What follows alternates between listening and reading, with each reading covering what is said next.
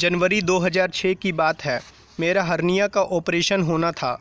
जैसे ही मैं और मेरा बेटा घर से निकलने वाले थे, तभी एक गुरु भाई हमारे यहाँ आए। उन्होंने कहा, शर्मा जी कहाँ जा रहे हो, सत्संग में नहीं चलना क्या? दरअसल हमारे क्षेत्र में दिव्य ज्योति जागृति संस्थान द्वारा 3 दिवसीय सत्संग कार्यक्रम आयोजित किया गया है। आज सत्संग का पहला दिन है। तभी मैंने कहा, भाई साहब मेरा तो आज ऑपरेशन है, इसलिए मैं सत्संग में नहीं आ पाऊँगा। जैसे किसी ने उन्हें भीतर से प्रेरित किया हो, उन्होंने तुरंत कहा, शर्मा जी मेरी बात मानो तो आज ऑपरेशन रहने दो। डटकर इन 3 दिनों तक सेवा करो, सत्संग सुनो, देखना सब ठीक हो जाएगा। मैंने गुरु भाई की यह बात हंसकर टाल दी, क्योंकि मैं उन सब शब्दों की गहराई को पकड़ नहीं सका। फिर मैं और मेरा बेटा अस्पताल आ गए। डॉक्टर साहब ने नर्स को ऑपरेशन करने को कहा। मुझे ऑपरेशन थिएटर में भेज दिया गया और मेरे बेटे को कुछ दवाइयाँ व खून की बोतलें खरीदकर लाने को बोला गया। जब मेरा बेटा केमिस्ट से दवाइयाँ लेने जा रहा था, तो रास्ते में उसे अस्पताल के एक चपरासी ने रोक लिया और बोला, कहाँ जा रहे हो? बेटे ने बताया कि मैं दवाइयाँ लेने जा रहा हूँ। चपरासी ने उसके हाथ से पर्चा खींचा, दवाइयाँ पढ़ीं और बोला, नहीं लानी ये दवाइयाँ, तुम मेरे साथ चलो, मैं डॉक्टर से बात करता हूँ। मेरा बेटा हक्का बक्का रह गया।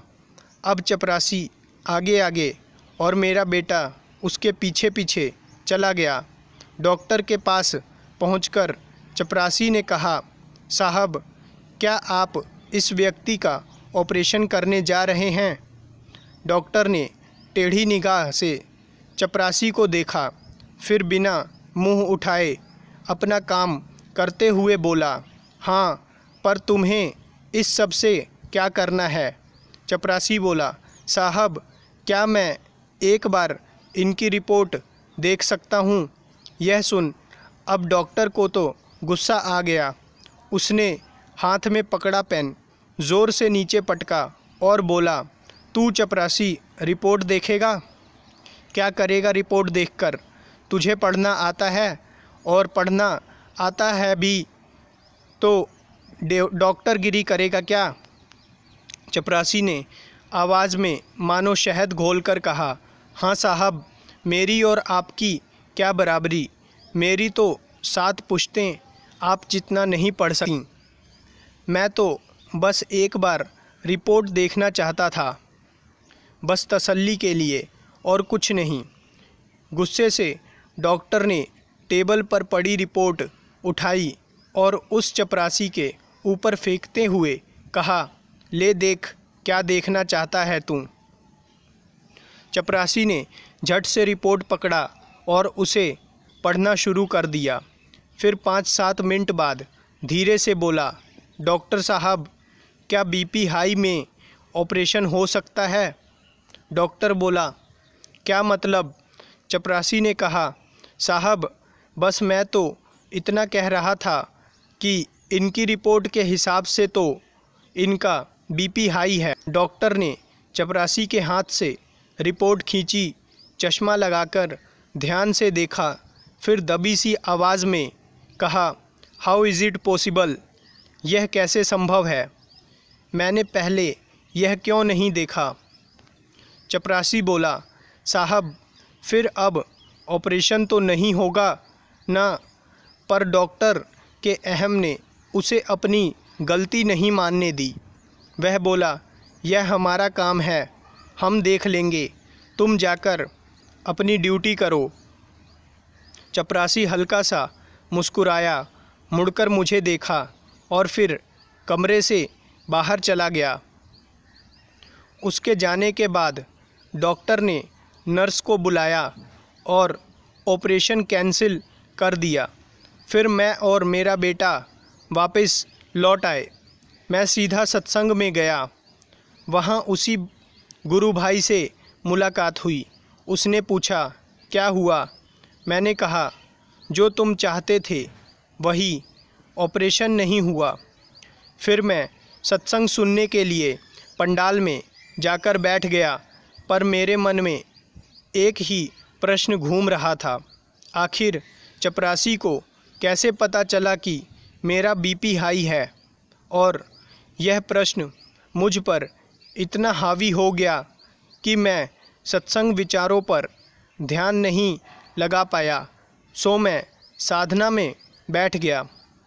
साधना में बैठे बैठे अचानक मेरा ध्यान लग गया। महाराज जी का मुस्कुराता हुआ चेहरा दिखाई दिया। फिर देखते ही देखते महाराज जी का चेहरा उस अस्पताल के चपरासी में के चेहरे में बदल गया। यह देखते ही मुझे अपने प्रश्न का उत्तर मिल गया। सच में मैं कितना मूर्ख था। मुझे यह बात समझ क्यों नहीं आई, जबकि सत्संग में मैंने इतनी बार सुना है कि अपने भक्तों के लिए प्रभु सैनाई बन जाते हैं, तो कभी नरसिंह अवतार के रूप में आते हैं। पर ये सब तो वे भक्तों के लिए करते हैं, पर मैं तो भक्त भी नहीं। फिर मेरी आत्मा ने कहा, ऐसा प्रभु नहीं, गुरुदेव करते हैं। पात्र अपात्र देखे बिना ही ममता लुटा देने में केवल और केवल गुरु ही समर्थवान हैं। मैंने आत्मा की गहराइयों से महाराज जी का धन्यवाद किया। अगले दिन मैं फिर अस्पताल पहुंचा। सबसे पहले उस चपरासी को खोजा जिसे यंत्र बनाकर गुरुदेव ने पिछले दिन कृपा की थी। उसे धन्यवाद दिया। फिर चपरासी भाई ने सलाह दिया, आप आज पहले ईसीजी करवाना। अब तो मैंने उस भाई की बात मंत्र की तरह मानी। पहले मैंने ईसीजी करवाया। रिपोर्ट आया तो पता चला कि मुझे कुछ दिन पहले ही दिल का हल्का दौरा आया था। इसलिए डॉक्टर ने कहा, अभी कुछ दिन आपका ऑपरेशन नहीं करेंगे, 10-15 दिन बाद आना। मैं फिर वापस लौट आया। अगले दिन सुबह सुबह मैं सत्संग पंडाल में पहुंचा। पंडाल में मैंने झाड़ू लगाया, मैट बिछाया। जब मैं एक मैट बिछा रहा था तो एकाएक मुझे एक आवाज़ सुनाई दी, बेटा सुनो। तो मैंने झट से मुड़कर देखा, पर कोई दिखाई नहीं दिया। मैं फिर काम में लग गया। थोड़ी ही देर बाद दोबारा आवाज़ आई, ज़रा बात तो सुनो। मैंने फिर आसपास देखा, कोई नहीं दिखा। मेरे मन ने कहा कि यह ज़रूर मेरे गुरु महाराज जी की ही आवाज़ थी। वे मुझसे कुछ कहना चाहते हैं। मैं तुरंत एक कोने में गया, चौंकड़ी मारी और आंखें बंद कर साधना में बैठ गया। साधना में बैठते ही मुझे महाराज जी की आवाज़ स्पष्ट सुनाई दी, देख तेरा बीपी भी हाई है और तुझे दिल का दौरा भी पड़ा है, इसलिए अब कोई ऑपरेशन नहीं करवाना। डटकर साधना सेवा कर, हर पल सुमिरन से जुड़े रहने का प्रयास कर, सुबह शाम बन जाया कर, धीरे धीरे सब ठीक हो जाएगा। गुरु महाराज जी के इस आशीर्वाद को पाकर मैं प्रफुल्लित हो उठा। मैंने तन मन से महाराज जी की आज्ञा का पालन करना आरंभ कर दिया। दोनों समय सुबह और शाम सत्संग भवन जाता, वहाँ जो भी सेवा मिलती वह करता, फिर साधना भी पूरी करता।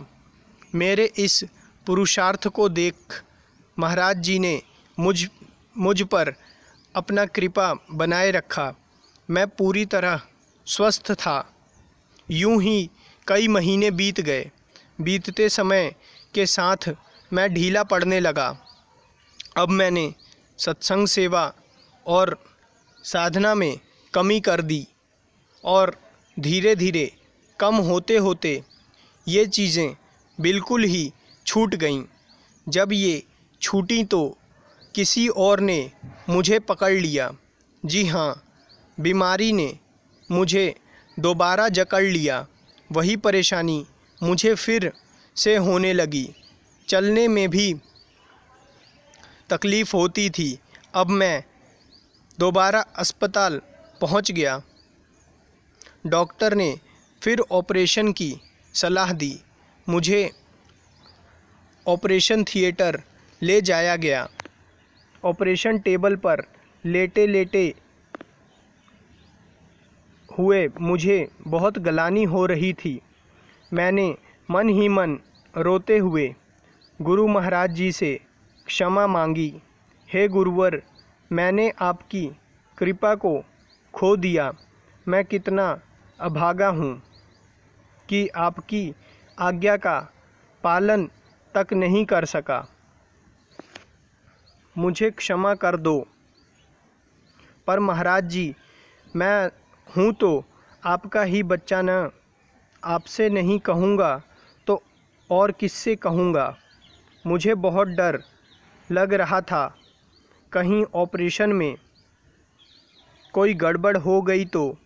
तभी मैंने देखा कि नर्स ने मेरे गले से गुरु महाराज जी का लॉकेट निकाल दिया।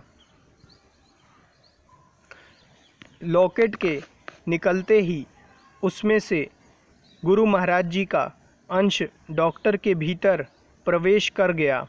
यह सब मैंने खुली आँखों से देखा। अब मुझे विश्वास हो गया कि कुछ गलत नहीं हो सकता। गुरु महाराज जी ही डॉक्टर बनकर मेरा ऑपरेशन करने वाले हैं। फिर मैं आंखें बंद कर सुमिरन करने लगा। ऑपरेशन शुरू हो गया। थोड़ी देर बाद डॉक्टर ने एक सहयोगी से कहा, जाली पकड़ाओ। जाली पकड़ाते हुए सहयोगी ने कहा, साहब, जाली लगाने के बाद भी लोगों की तकलीफ़ दूर नहीं होती। डॉक्टर ने कहा, मैं देखता हूँ कि यह जाली डालने के बाद इसे दोबारा हर्निया कैसे होता है। मुझे पता था कि यह डॉक्टर का आत्मविश्वास नहीं बल्कि गुरु महाराज जी का दिव्य प्रताप बोल रहा है। ऑपरेशन सफल रहा। ऑपरेशन के बाद जब उन्होंने दोबारा मेरे गले में गुरु महाराज जी का लॉकेट डाला तो महाराज जी का अंश डॉक्टर से निकलकर वापस लॉकेट में समा गया। ऐसा होते ही डॉक्टर को झटका सा लगा। वे मुझसे बोले, शर्मा जी, यह अचानक मुझे क्या हुआ। ऐसा लगा जैसे मेरे शरीर में से कोई शक्ति निकली हो। मुझे लग क्यों नहीं रहा कि मैंने आपका ऑपरेशन किया है। ऐसा लगा जैसे मेरा हाथ पकड़कर कोई मुझसे आपका ऑपरेशन करवा रहा था। कमाल है। ऐसा तो ज़िंदगी में पहली बार महसूस कर रहा हूँ। मैंने हंसते हुए कहा, डॉक्टर साहब, गुरुदेव की लीला हम सांसारिक लोग क्या समझ पाएंगे। वह कब क्या क्या करते हैं, क्या बनते हैं। काशी तो कभी डॉक्टर, हम तो बस श्रद्धा से उन्हें करते हैं।